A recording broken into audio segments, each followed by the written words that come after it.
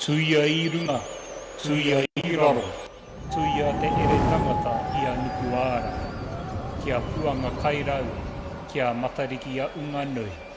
Tō matatini me pā ki roto, tō matatini me pā ki wao. Kia ora ia te kura, e kura nui, e kura roa. E kura takatū mai ia rongo take take. Ka rongo te pō, ka rongo te ā. Ka rongo I te a I kāroa, I tūārangi te waka eke nei. Ka waka eke te aukai kia tina, ka waka eke te aukai kia toka, ka waka eke te aukai kia uru ora. Witi, wano, tau mai te mauri, aumi e, ui e, tā iki e.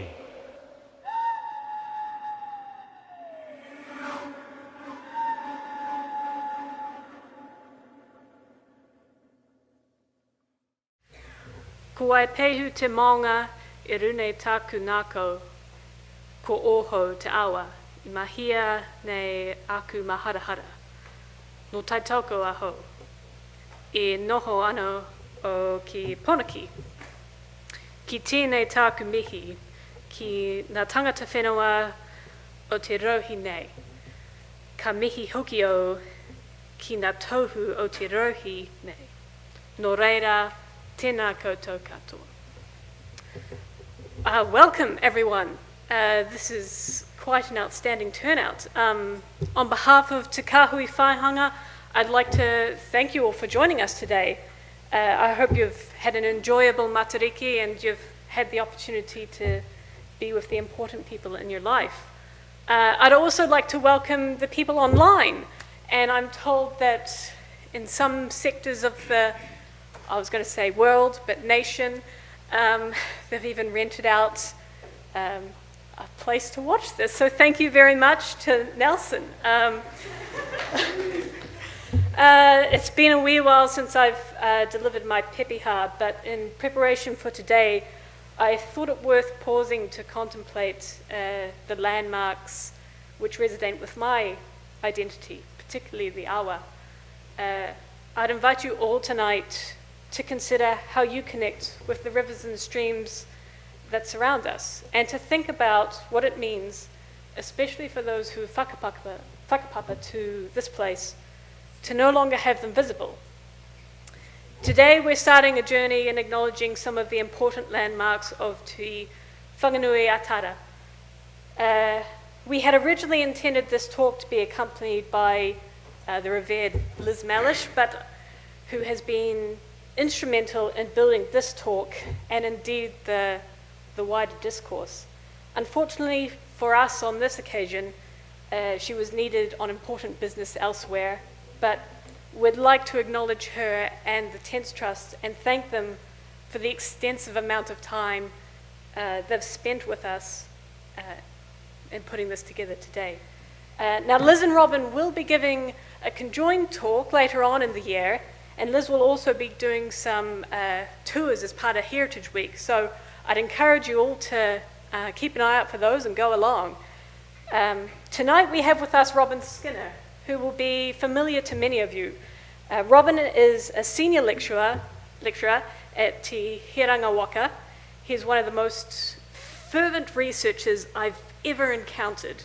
The amount of time and energy he puts into uncovering all the puzzle pieces that are tucked away in archives is simply astounding. And tonight he's going to share with us his findings on these awa and where they are now. So, for those of you online, if you have any questions, please post them, and there'll be some time at the end for you in person to also post some questions. So, without further ado, please join me in welcoming Robin Skinner.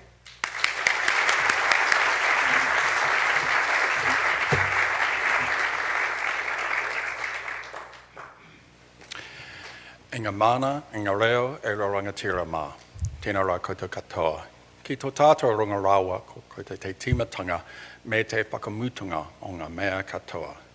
Ki te mana whenua o te iwi, te ati awa o tāna ki whānui. Kei te mihi, kei te mihi, kei te mihi. ki ngā mihi nui kia ben ngaia mō tōna karakia I tēnei pō. Ko te kai whakahaere o te City Talks, Tina Williams, tēnā koe. Ki ngā manuhiri I haere I tēnei pō, tēnā koutou katoa. Ko ngāti, ko tauiwi au, ko Robin toku ingoa, no reira, tēnā koutou katoa. I will go very fast. I know when people say they go fast, they always drag the chain, but I have to go fast. So I apologise if it's a little bit like an old-fashioned rock video. As Tina said, tonight was going to be a joint session with Liz and me speaking together about the material, but that will happen in Heritage Week at Futuna on the 4th of November, where we'll have a much more layered and better session than this. Initially, I just remind people, I don't know if anyone knows this, but it's too good an opportunity to tell people that there is a very good video with Māori Love talking about the names of Wellington and the sacred sites of Wellington. And that's on YouTube. So that's Googleable, that's a new word for tonight, on search Māori Love and naming Wellington. It's a video that I've watched many times in quick succession too, because you have to repeatedly watch it to take in, but it shifted my understanding and my appreciation of the place and of the sacred sites in our terrain. I also want to acknowledge his daughter's maps. Honiana Love has produced these maps showing Māori sites in our midst, and these are available, and if people can't find them, they're on google.com. This was a presentation at the National Library a while ago. Please just write me an email and I'll forward you the link. I couldn't help but show the image of the gardens. It's not what we're here to talk about, but let's just slip this one onto the presentation. It's a painting from 1849 showing Maori gardens growing potatoes on the slopes above Wellington. And I think it's quite an impressive image, and it really does tell us quite a lot about the terrain and about the economy of 1849 when Maori were growing potatoes all along the Tinakori Hill and for economic exchange. I'm also very keen to remind people about the Sanctuary to Ski project, which is being driven by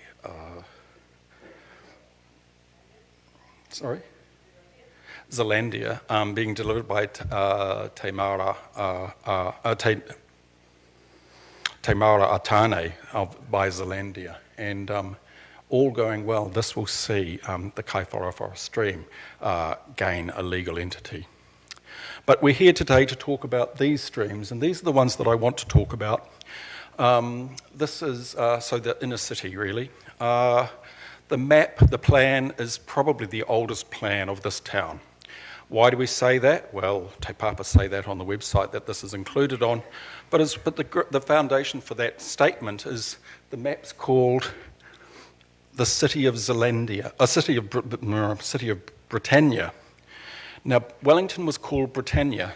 Some of you may know that this first settlement was to be called Britannia. It was going to be out on the Hutt Valley to the to the west of Petone.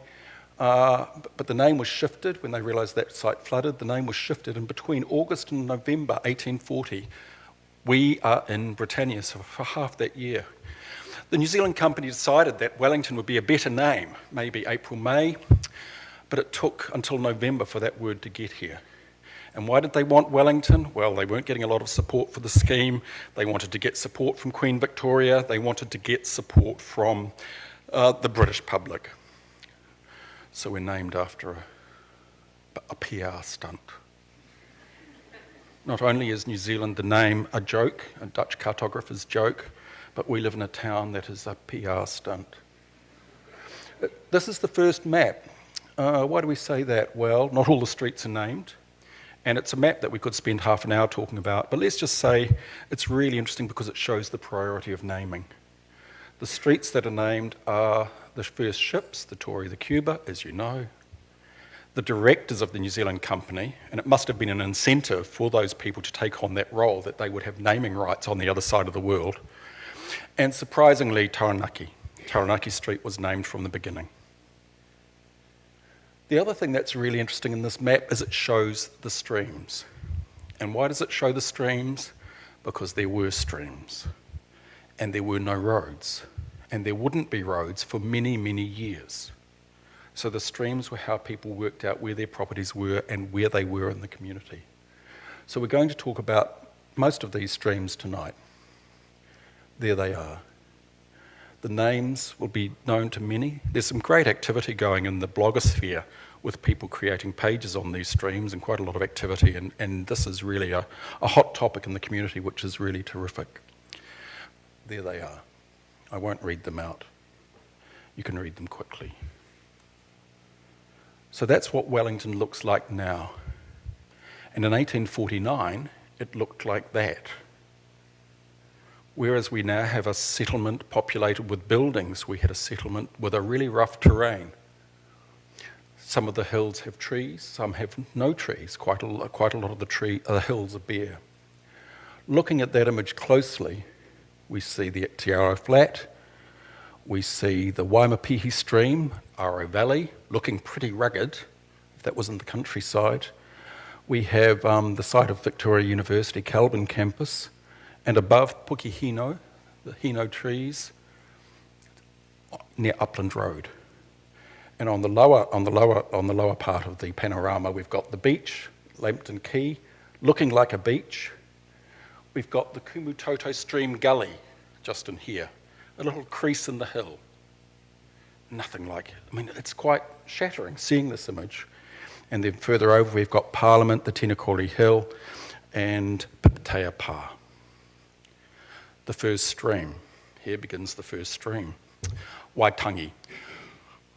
I've called Waitangi on this panel in two words because on some maps, 1843, it appeared as two words.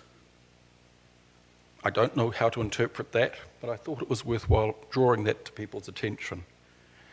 The Waitangi rises at springs upstream of the hospital. People know that. There are two principal branches, the Waitangi that comes through the Basin Reserve area, and the Papawai that drains the lower slopes of the Brooklyn Hills. This is an image from 1826 by Mr. Shepherd. It's a strange view of Wellington Harbour, but people needed to know what it looked like. They needed to know what the terrain was like as they entered. And adjusting the image for a little bit of north, we see there was the harbour. There was an area of Te Aro called Wooded Valley, and adjacent to that was an area called Marshland. And why was it called Marshland? Because here, between the Papawai and the Waitangi, we had a great wetland. So when you go to KFC drive-through, remember that you are in the middle of the wetland. And on various maps I've seen this, at its greatest extent the wetland extends from, wait for it, from Brougham Street to Taranaki Street, taking in the Wesleyan Church, the Methodist Church. It flowed with a twisted mouth through to a lagoon at the sea that we can't see in this image, where a bar formed with the harbour processes bringing silt down. And when the bar was high, the backwater built up, and we had a larger wetland. When you are driving, waiting at the Ghuznee Street intersection at the Whistling Sister, waiting for the traffic to turn, and you wonder, why does Ghuznee Street not go straight ahead? It's because there was once a great body of water. And that's what it looked like I show this to students and I tell them that it's the view standing at Harvey Norman on Tory Street, looking down with the wetland to your right, with the windmill at the site of the Embassy Theatre, the first windmill in New Zealand. And that's what it was like, looking at the wetland. And in 1853, there was a heavy flood, and Mr. Pearce created this image. It's actually in John Martin's book. Mr. John Pearce created this image showing the devastation caused by the flow of water, written about in the paper, where clods of earth were brought up and washed away because of the violence of the flow. However, when the New Zealand Company and the New Zealand government produced the maps, so William Main Smith, the surveyor for the New Zealand Company, produced a map. The government didn't trust him, they did their own version, so they both published their own versions. This is the government surveyor, Felton Matthews copy. There's the plan of Wellington that people are familiar, it's reproduced all the time. When you look at that up close, you see that we see the streams. There's the Waimapihi, but there's no sign of the wetland because it's Wellington's dirty secret. They didn't tell London about the degree of inundation and the detriment that that wetland would be to the settlement. So they produced this nice image. William Main Smith was charged with finding 1,100 town acres because people were already there.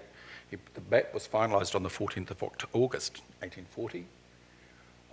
People were already there, they wanted their land, they were unhappy with the way things were going. There was no room for sports fields. There was no room for green space within the city. The green space was relegated to the city green belt, which they saw as not being able to be built on. So they managed to keep the green quota without impinging on the number of town acres. So we ended up with a town without playing fields, and I think we're much the poorer for it. Imagine if the Waimapihi stream had been developed like the Avon in Christchurch. We'd be in a very different town.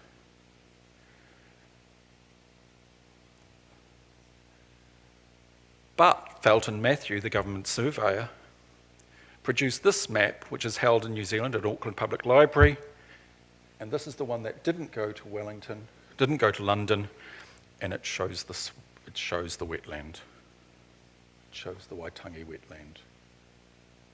And as I say, there was a lagoon at the mouth, quite a large lagoon, and reading the pamphlet Te Ara o Ngā Tupuna, you will read about a taniwha that lived there until the 1830s. So, William Main Smith's masterstroke was creating what in the very first Heaphy map was called the dock and basin and canal. Later on just called the basin and the canal. If this was a rural setting, if we were on the Hauraki Plain or the Tairu Plain, it would be called the main drain. It was the drainage device, it was the instrument to drain the wetland. But as people know, the ground rose in 1855 by about 1200, and the basin drained, and so in 1859, the good men of what town are we in? Wellington, then pointed out to the government the local government that they didn't have a playing field, and so they created a cricket ground. The basin, the wetland looked like this from Louis Ward's very reliable book, actually 1928. We're looking from the Wellington College towards Te Aurapa. We're looking across the wetland. No one's doing anything there. Here we are with a later photo, still largely undeveloped. Here we are looking at the mouth of the Waitangi. The Waitangi now there's been some mouthworks done. The lagoon has been the water flow has been diverted away from the lagoon to run straight into the sea.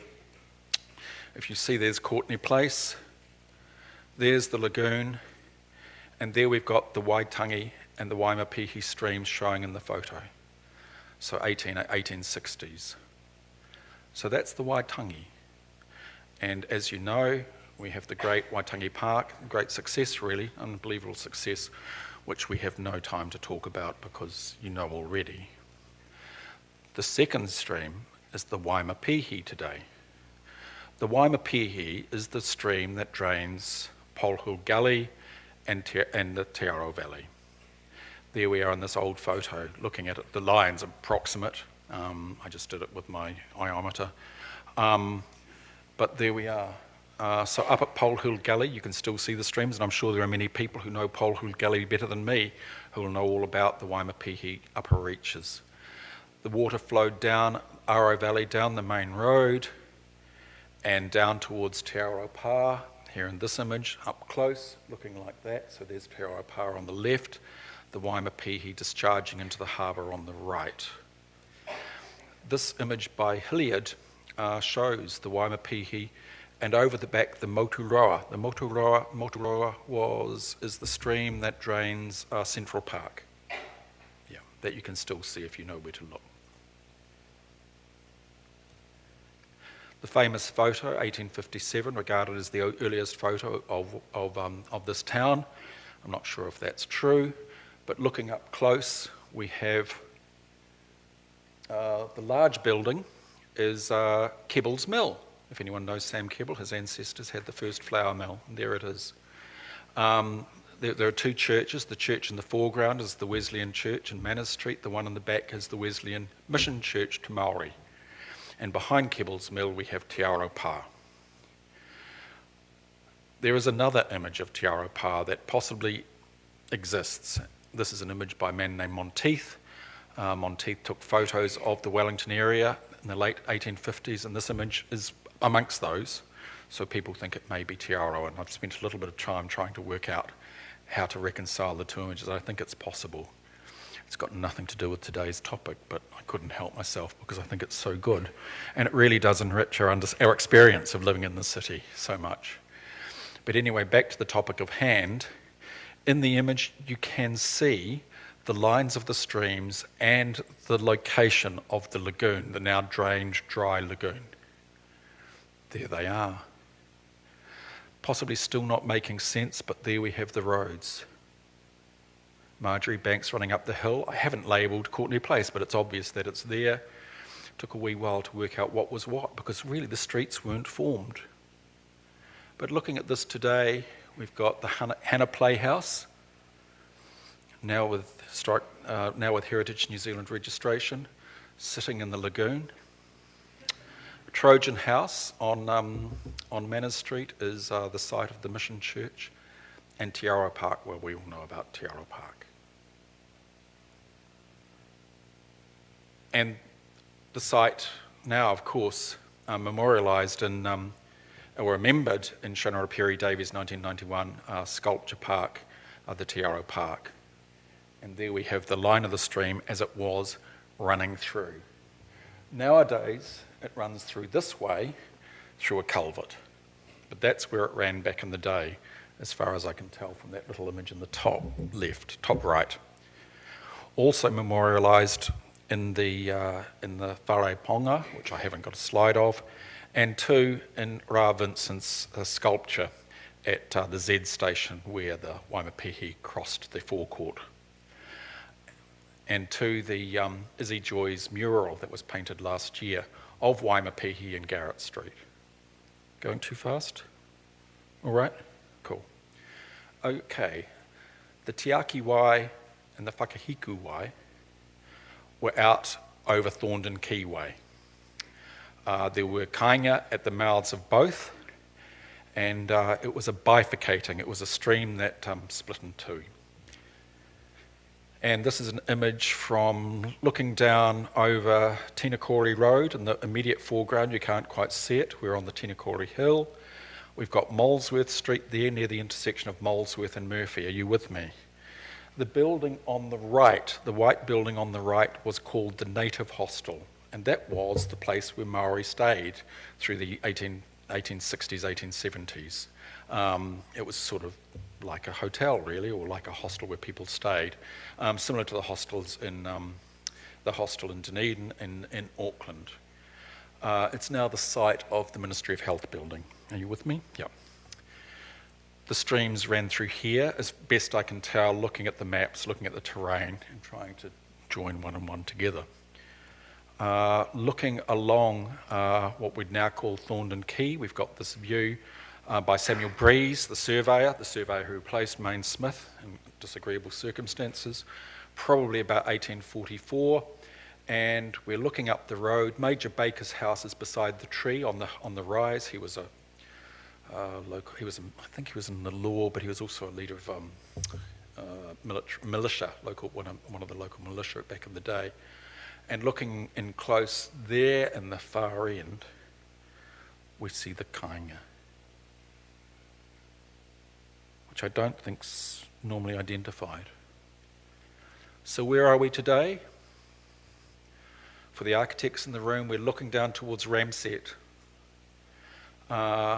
Major Baker's house is the site now of the Australian High Commission. So that's the viewpoint that we're viewing the site from.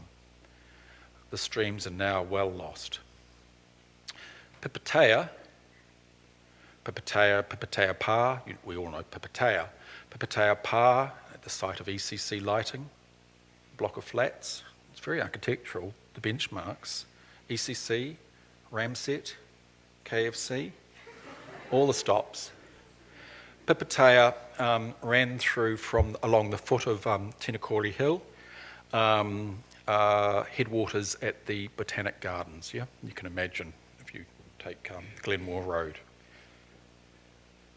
In Heafy's view of Wellington from 1841, the lithographed view that was published in London, we can see Pipitea Point, renamed by the colonists Bell's Size Point back in the day, but there's Pipitea Pa. Lots of images of Pipitea Pa, including this one, George Hilliard's panorama, a big long panorama of the whole townscape, does show us Pipitea. The buildings at the back are the immigration barracks of the, it's 1841, they still didn't have the roads, the immigration barracks of the New Zealand Company, and there running through the view gloriously from its headwaters through to the mouth and into the harbour, we've got the Pipitea stream. It ran from, as I said already, 3 times, the Botanic Gardens, along Tinakori Road, and down Hawkeston Street. So this is a view of Samuel Breeze's own house. Imagine that we're standing with our back towards Premier House in Tinakori Road, looking down Hawkeston Street. We've got a motorway junction, on-ramps, off-ramps in front of us. This is where we are. And we're looking down the road. I have no idea why a waka was being hauled up the road. I don't know where it was going, but obviously it's something that Breeze saw. He had time on his hands because the New Zealand Company was going bung, they were running out of money. He did a lot of paintings and he designed this house. He also, getting off the topic, wrote a book about cottage architecture. So I think this is worth a look. But you can see there running diagonally through his property, possibly he was the person who drove a channel through to divert the stream and keep it away from the house, and then have it running down Hawkeston Street, where it runs to this day in culverts. And down at Pipitea Pa, we see the site. So here we are. We are now looking at the site of ECC lighting. This is an image from the 1860s. This is an image showing the land sections of Pipitea Pa. It was developed by the town surveyors in response to the Native Lands Act. The late Native Lands Act was the masterstroke that alienated Maori from these sites. The pa was surveyed, names were allocated, and once that happened, the properties could be rented, they could be leased, the properties could be sold, and that's how Te Aro and Pipitea were broken. But certainly here in this image, we see the line of the Pipitea stream running out to the sea. 1969 culvert works. We can see the old culvert there, the brick-lined culvert by the look of it, and the new culvert, I guess, preparing for the motorway that was coming. When Chris Cochran heard that I was doing this talk, he sent me some images and wanted me to remind you and talk about, too, the potential for further daylighting in the Botanic Gardens. We have the stream in the Botanic Gardens that possibly most of us never think about is the Pipitea stream. And for some of its length, it's culverted, and it could be quite easily daylighted without any trouble. The stream now, well, it used to run under the position of that apartment building, and now it runs down Davis Street in front of us. The Kumutoto, we have to get this pronunciation right, Toto, the Kumutoto, possibly one of the most loved streams to talk about in the town these days because of interpretation, which has been quite impressive. In Hefe's image from 1841, there's the Kumutoto spit. So quite a lot of silt came down that watercourse into the sea. Fitzgerald in 1840, the surveyor, actually produced a drawing, the best drawing, I think, showing the line of the stream from its headwaters. And its headwaters, as people increasingly are knowing, is the site of the University Marae. Te Whanganui-a-Tara is at the headwaters, and the new Living Power building is on the site of the headwaters. And I think the fact that water harvesting is being undertaken at that site will have great resonance in terms of people who connect to this watercourse and to what it represents. The Hunter building there shows where the university is. The little squiggle going down diagonally is Salamanca Road, and when you know that and you see how Salamanca curves, you can get a sense of why it does curve. Running along under all those streets, all those properties along the terrace, under those now mostly in culverts, and then running down, finally down Woodward Street. There is 90 metres of daylighting, 90 metres of stream that you can visit simply by walking down Salamanca, a little track from Salamanca Road and the Kumutoto, near the Kumutoto orchard now, which we'll talk about later. Here's an image from the 1950s of the university in happier days when it had more land, possibly more money. But here we are. There's the line of the stream as best I can connect it from Mr. Fitzgerald's map.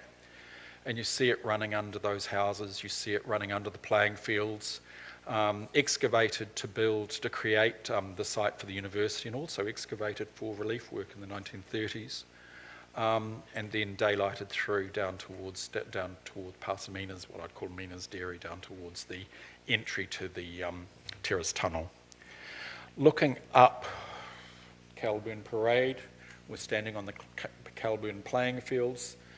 This is about, say, the year 1902. The land on the right, on the left, is being prepared for the Hunter building, the new university building. They've decided that they would call the university Victoria University, in a suburb called Calburn, more ingratiating ourselves with our betters. Victoria, of course, the recently deceased Queen. Calburn, the family home, the family name, the family castle, the family son of the governor, the Earl of Glasgow. His son was called Viscount Calburn. He came here. They named the suburb. They named a fort after him. They named a suburb. And he went on to become a right-wing fascist, supporting Oswald Mosley in the 1930s. Well done, Calburn. I can see some people already planning to leave. Leave their homes rather than leave the talk. But anyway, there we see the site, and we see the big gully on the right being filled in. One house built, the only one-storey house that was built on that street, a little bungalow. Next door to it is the Calburn Bowling Club, the initial site. One-storey bungalow is quite interesting. It actually became the family home of a man named Maurice Wilkins, who was the third man to, solving the DNA spiral, DNA helix. He grew up in that house. You see the infill. I presume, my father told me when I was a child that he could remember in the 1930s and 40s that the farmland of Southland was drained. It was marshy, it was boggy, it was drained with totara drains, with V drains he called them. And you got two slabs of heart totara, and joined them together in a V with a strut across the top. He said that heart totara was the best because it lasted, but you weren't meant to use it, but everybody did, because every generation exploits its resources, yeah? It's not a new thing. And I presume at the bottom of that infill there's a similar sort of drain. Not doing a great job. Looking at from Aurora Terrace down towards the terrace, with the terrace school on our right, on our left, there is the line of the Kumutoto Gully. Now, of course, the inner city motorway, and over here on the left we've got Woodward Street. So that's where the stream discharges. At the top of Woodward Street, we have the first bridge created in Wellington, the first brick bridge, because the Kumutoto was quite a flow. It was quite difficult to cross the site of the first bridge. And looking down on the left to Woodward Street, it was a steep gully. It was a steep gully. Do you remember the image, the 1849 image? A little crease in the hill, a steep site. Just last week I found this. It shows, does this make sense? It shows the Kumutoto above the terrace as a meandering stream. The little brown squiggles that you see across the water are how people crossed the stream before the road was built, before the bridge was built. Section 467 is now the site of the Wellington Club. And the Wellington Club sits right on the historic location of the Kumutoto stream. But now, the Kumutoto stream is carried by these culverts running along that line. Woodward Street, I need not remind you, now looks like this. We've got Bob Yanka's spinning top. Further down, we've got Michael Tuffery's Ngakina sculpture at the current discharge point of the Kumutoto. And also, too, we've got the soundscape developed by Kedron Parker. And I welcome Kedron. I think you're here tonight. Well done. Yes. And Kedron recommended the image, and we've got Liz Mellish making her second appearance tonight on our right. I can't mention Kedron's installation without talking about, going back to another stream that we're not talking about tonight, installation by Joe Sheehan for the Wellington Sculpture Trust. Walk the line, the soundscape with the Pounamu markers in Parliament, and looking at the image on the right, which I only found with looking at Johnny Martin's new book, Empire City, that's strongly recommended to everyone in the room, a great read. There we see Parliament. So I've marked the Beehive, I've marked the General Assembly Library. Does that make sense? The National Library's in the top right corner, and those are ponds. So the Waipiro stream was actually, we had water features in the grounds of Parliament. Waipiro, people know what it means. It means murky water. But it also means beer. And people made jokes in the 19th century in the newspaper about the Waipiro and beer and Bellamy's and too much drinking, which we're not going to do. Today was the tree planting to open the Kumutoto Community Orchard, and I was lucky enough to be there. And here we see the speeches and the karakia, and this is above the entry to the terrace tunnel. And I encourage everyone to go home and Google Kumutoto Community Orchard and possibly become part of this, because it's very exciting and the people are really impressive. How are we going for time? Oh, 15 minutes, that's good. So the final stream is So What? What's all this about? It's all quite good, isn't it? It changes our experience of living in the city. It changes our perception of the history of the place. But what's the point? Well, I think there's lots of implications for today. Certainly Len Basting, the building scientist in the 1930s, realised there were implications of these streams. And in the 1935 in the NZAA Journal, when it published such articles, he produced this image, this plan and article on the streams of Wellington. And he highlighted to everyone the streams, showed the wetland that we talked about tonight, that I assume was new to many people, and gave this information out almost as a caution to architects and engineers who were building in the city to know about the foundation conditions. And earlier this year, I found this report, this master's thesis, a very good master's thesis in engineering geology by Stephen Siemens, a geologist in Auckland. He gave me permission to include this image. And there you see his map of, wait for it, liquefaction potential. Now, after the Christchurch earthquake, people started looking at the early 1850 survey map, the black map of Christchurch, that showed the streams. And people said, why did nobody look at the map? Why weren't we looking at the map? It would have shown us that the Pine Gold Guinness building was sited on a stream bed. So I include this. 2 people in the room who may find it useful. There we are. So I've got a circle on the left is KFC. The circle at the top is the Z station. The third of those 3 circles is the Pigeon Park, is Te Aro Park. And the oval on the right is Parliament. And the red oval is the Sky Stadium.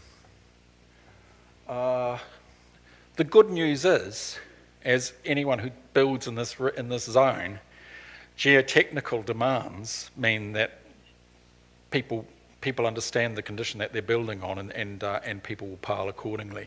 But still good to know about the soils conditions in this town. As well, there's a move to daylight streams, and it's a complicated matter, and really I defer to Stu Farrant here. But there is potential for daylighting of streams in places in the city. We've talked about Papatea through the park. Stu certainly talks about Papawai. Sometimes we see possibly fanciful images of what Kent Terrace, Cambridge Terrace could be like. But we'll see how it goes. It's complicated because there's flooding, and we've got a rising sea level. And a rising sea level means water doesn't go out to sea quite the same way, and it backs up. It's interesting thinking about Kent Terrace and Cambridge Terrace. Have I asked why we call them Kent Terrace, Cambridge Terrace? No. We call those streets Kent Terrace, Cambridge Terrace, and Sussex Square. Sussex Square goes around the basin. Starter for 10. Why are they called that? Yes? 5 points. Sorry? Queen Victoria's uncles. Yes, and the Duke of Sussex was her favourite. So we've got a road named after Prince Harry in our midst. And I said this to Andre Brown, who couldn't make it tonight. I said this to Andre Brown, and he thought it was a terrific idea. And he said, well, let's get rid of Taranaki Street and name one side, I've forgotten then, Beatrice, and the other one, what's her name? Eugenie. Is that her name? He said we should, let's embrace our tradition. And I think there's actually a really good, we have these names. At the bare minimum, I think we need to restore these names to our streetscape. It is so easy to do. It's so easy to do, and I think it really would enrich people's understanding of the place they live and the things we've talked about today. So thanks very much.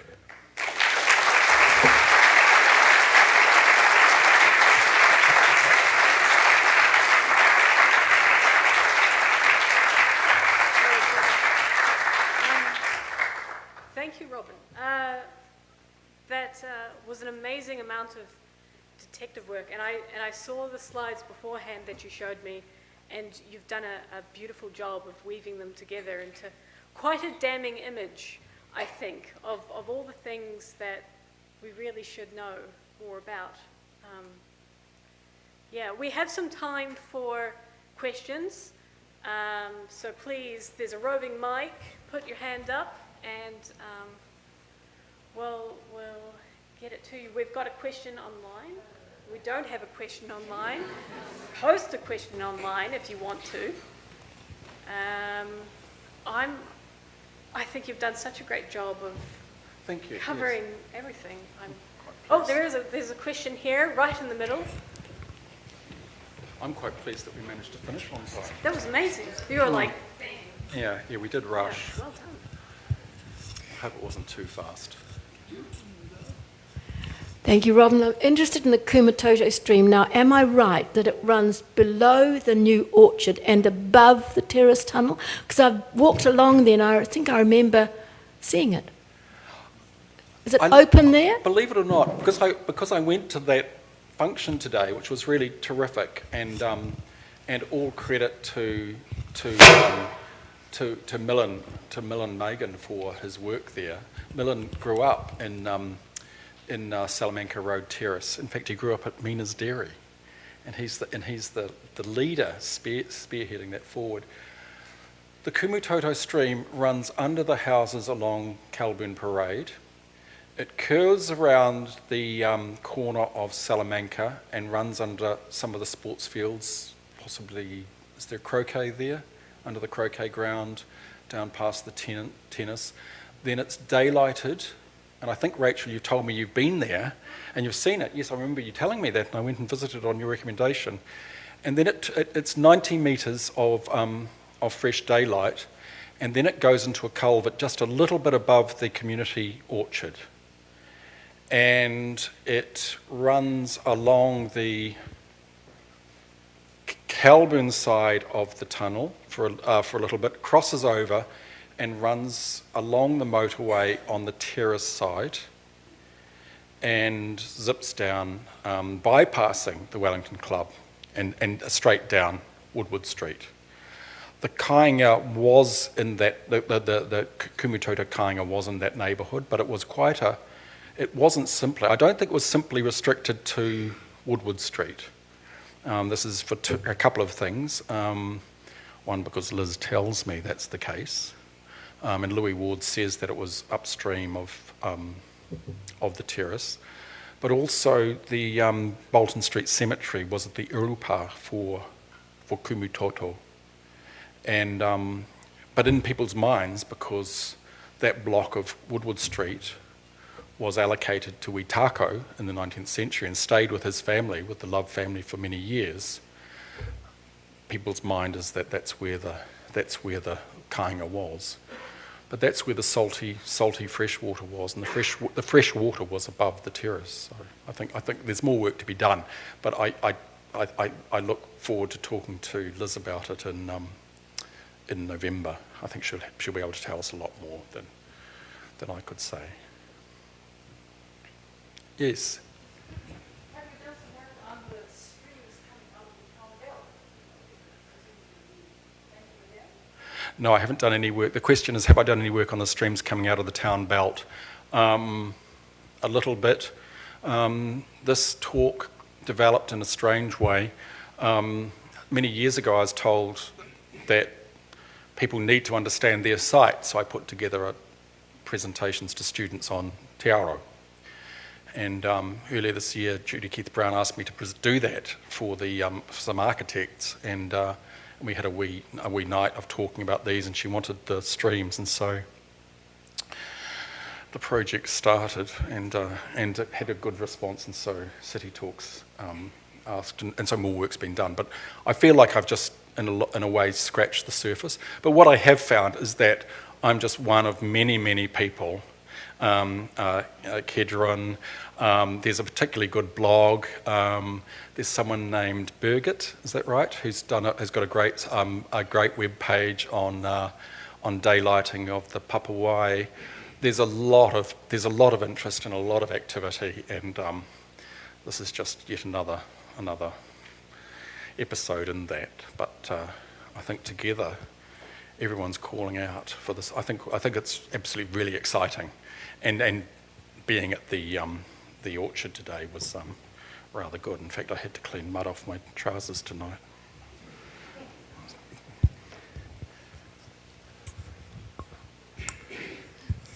Kia ora. I'm just wondering what your kind of goal of this kōrero is and what you would like to see moving forward. At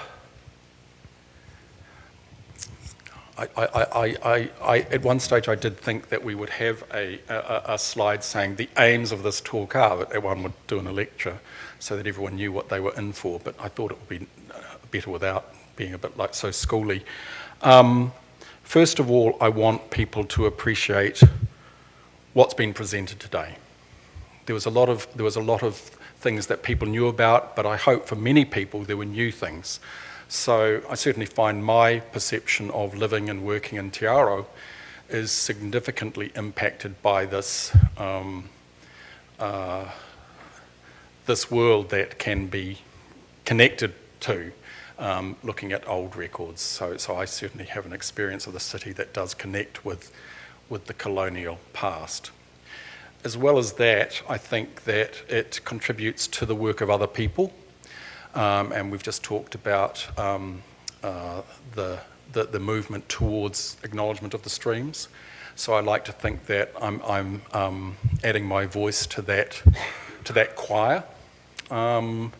And finally, I think in the immediate term, and it's so easy, we can simply bring the names back at very little cost. Daylighting streams, daylighting a stream through the centre of Kent Terrace, Cambridge Terrace would be a massive undertaking. It would be quite complicated in terms of making sure, because flood throws, and I can show you a video of a flood down, in fact we could do that, couldn't we? But certainly flooding is an extreme event, and culverts are very good at containing flooding. And if you've ever been to Otago University and you see that awful big concrete conduit in front of the registry building with a little trickle of water, you need to remember that sometimes that concrete conduit is brim full. And so flooding has to be taken account of. As well as that, we need to take cognizance of a changing rainfall flood regime. The floods in West Auckland this year have a 200-year return period. The weather systems are changing. In 10 years, it's not a very nice thought, but analysis may say that that has a 10-year return period. It may be that Wellington becomes drier. It may be that we become wetter. But the problem too is that we've got rising sea level, and when sea level rises, water backs up. So that's quite complicated. But I'm really happy to add my voice to that, to those developments. So I think given that it's all old stuff, and what's the point? I think it's quite useful. And quite a lot of the things we talked about today could have been half-hour or even 1-hour lectures in themselves. It was a little bit. I really did try and give you the best images, most entertaining talk, but also the fastest kind of means to communicate a vision for what was here and what we've lost.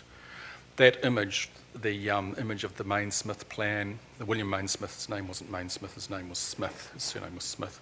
The Smith plan and the Felton Matthew plan with the squiggle streams that they didn't really want to know about and they just wanted to get out of the way for the sake of the 8 town acres is, I think, truly depressing. That we had the potential for a city that looked to the hills. Imagine if Pukeahu was actually, if that was the boulevard, if boulevards acknowledged the principal sites, and we just didn't try and squeeze in yet another dozen town acres in every little corner. The fact that we have this town, the fact that Dunedin's the same. Dunedin was designed by, laid out by Charles Kettle, working in the same way. He needed 1,200 sites, 1,250 sites, town acres. There were no playing fields in Dunedin when it was designed. Miserable. All for the crackpot scheme of the New Zealand company, the strange kind of investment scheme, supported by Lord Lambton, Lord John Manners, Lord Courtney, Mr. Abel Smith, Mr. Buckle, Mr. Nairn. They never came here. Their children didn't come here. They just took their director's fees and got the indulgence of naming rights on the other side of the world. And I think they've had long enough.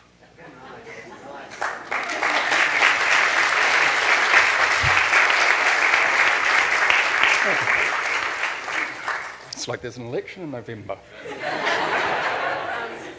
Now, I don't know if we have the technical know-how, but maybe we'll end with that video you're speaking of, Robin. And then please, everyone here, obviously not online, join us in the foyer for some food and ongoing discussion. Thank you. Kia ora, while they're sorting that out, I just introduced myself. My name's Kedron, and on the morning of Sunday, the 27th of August, I'll be leading a program at Wellington Museum. It will talk about the 2 years of the making of the Soundwork Kumutoto stream, and then I'll lead a walk to the Soundwork. So if you're interested in that, it will be advertised soon. Keep an eye on the Wellington Museum website. Thank you. Thank you. Has everyone been to the Soundwork? Yes. We went there this week.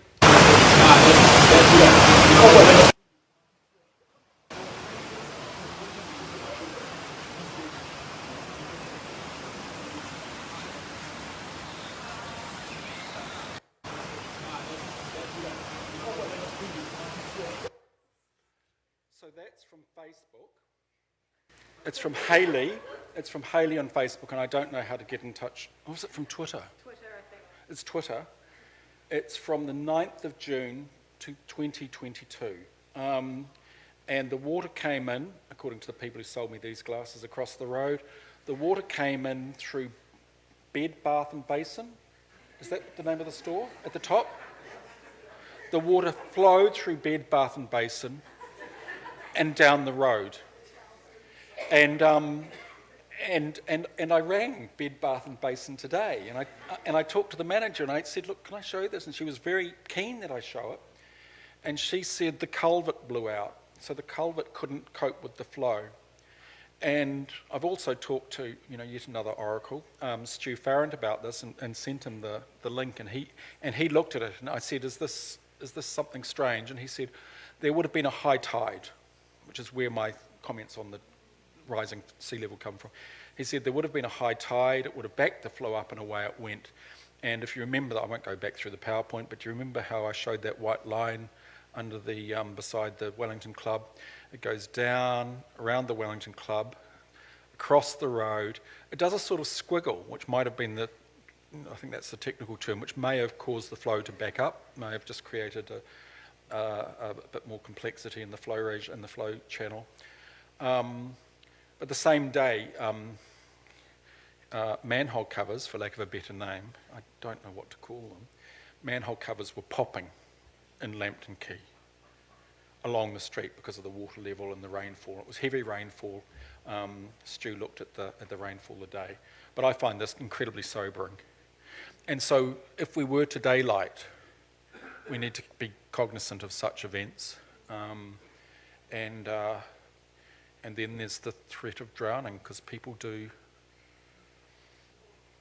fall into streams, and people fall into the harbour, and that's not worth losing people. So sobering image, and actually Stu would be a very good person to talk to, because Stu did talk to me about this, and he said it would be very good to have a plan. We design buildings for fire egress. We know how to get people out of buildings. We know what the risks are. He said, it's almost like we need to design our cities for flooding.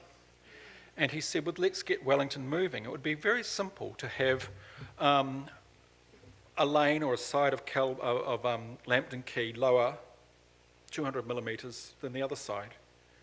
And effectively it would give an overflow channel that would get water out of buildings and safely discharged. And he says we need to think about the whole city like that, as a way of, as we think of fire egress, as a way of thinking of water egress, especially moving into the rainfall flow regimes of the future. but he knows more about it, so I won't. Okay, Thank you again, thank you. Thank you very much. yeah. Yes, everyone. thank you.